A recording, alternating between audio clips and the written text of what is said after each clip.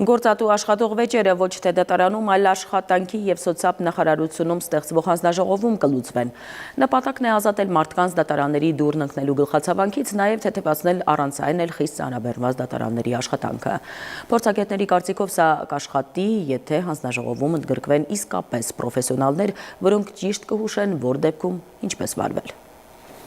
Դատական համակարգի գերծանրաբեռնված լինելու փաստը կարող է սեփական մաշկի վրա զգալ ցանկացած քաղաքացի, ով որոշել է իր խնդիրները լուծել դատական կարգով։ Սա եւ ճանապարհատրանսպորտային պատահարների մասնակիցների, եւ հարկային մաքսային համակարգի հետ խնդիրներ ունեցողների, եւ գործատու աշխատող համակարգի մասնակիցների մեծաքանակ դիմումների արդյունքն է։ Վերջին տարիներին իրավագիտակցության մակարդակի բարձրացման հետ մեկտեղ վերջին օղակի ներկայացուցիչներն առավել ակտիվ են փորձում լուծել խնդիրները դատական ատյաններում։ Գործատուները չեն գրանցում աշխատողներին, դրանից բխող նաև վերջնահաշվարկների հետ կապված, օրինակ արձակուրդային չեն կարողանում տալ, կայծակնային արագությամբ օրենքների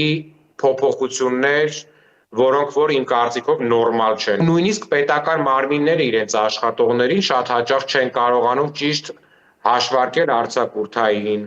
ճիշտ հաշվարկել պարապուրտ։ Խնդրի լուծման համար կառավարությունը պարբերաբար տարբեր քայլեր է ձեռնարկում։ Դատավորների աշխատավազն է բարձրացնում, հաստիքներ է ավելացնում եւ փորձում է ստեղծել պետական համակարգում օղակներ, որոնք թույլ կտան այս կամ այն բնույթի վեճերը լուծել արտադատական կարգով, արագ, առանց գլխացավանքի։ Աշխատող գործատու կոնֆլիկտների լուծման նպատակով առաջիկայում նախատեսվում է օրինակ ստեղծել հատուկ հանձնաժողով, որը գործելու է աշխատանքի եւ սոցիալական հարցերի նախարարության ենթակայության ներքո։ Հանձնաժողով ունենալու է ներկայացվածություն ինչպես պետության կողմից, այնպես էլ գործատուների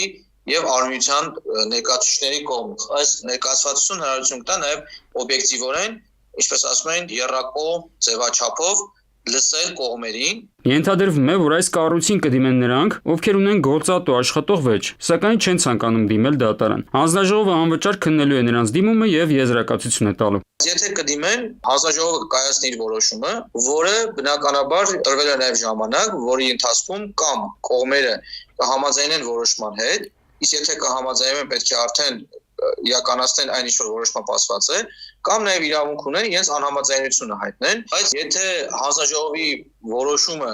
չեն վիճարկում սահմանված ժամկետում, ապա ստացվում է, որ այն պարտադիր է իրականացման տեսանկյունից։ Հանձնաժողովի որոշման հետ համաձայն չլինելու դեպքում մարդիկ կարող են նորից գնալ դատարան։ Կա հավանականություն, որ մարմնի որոշումներից կողմերից մեկը միշտ դժգոհ է լինելու։ Մեր երկրում ցավոք սրտի այդ մարմինները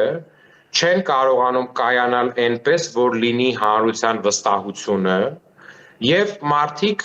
ավելի շատ ապավինում են դատարաններին։ Մասնագետները նշում են, որ սովորաբար արտադատական կարգով այս կամ այն ոլորտում քաղաքացիների խնդիրները լուծող մարմինները ցավոք ժամանակի ընթացքում դառնում են ֆորմալ, այն սկզբունքով, որ գնամ ձևականորեն այս կառույցին դիմեմ, մինչև դատարան մտնելը։ Տեսչական մարմինը, եթե աշխատի ոչ մնացածի նման այսպես մի փոքր ֆորմալ եւ ինչ որ չափով այսպես ֆիլտրի այդ վեճերը դատարանից, այսինքն այնքան այդ աշխատանքը լինի բովանդակային, պարզ, բարձր այսպես մակարդակի, որ միգուցե վիճող կողմերը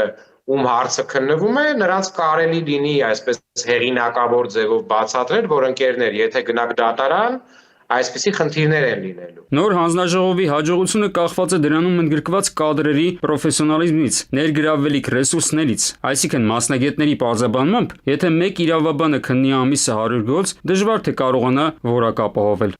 Արմեն Նաթալյան, ժամը լրատվական։